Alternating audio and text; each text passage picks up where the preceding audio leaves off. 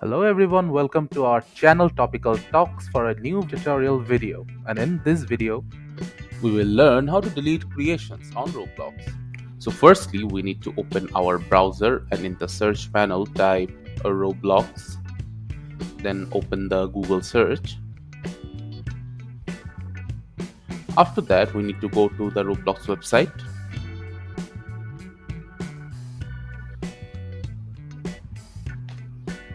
Then make sure we are logged into a Roblox with our ID, then go to the Creations tab.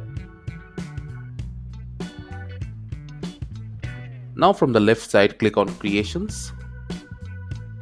And now you will find all your creations in here and you can delete them from here as you wish. So in order to delete an creation, you need to click on the three dot above it, then click on Shut Down All Servers.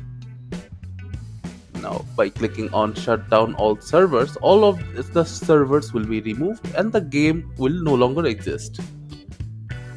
Thank you again for watching the video. Make sure to like this video and subscribe to our channel, and see you in the next video.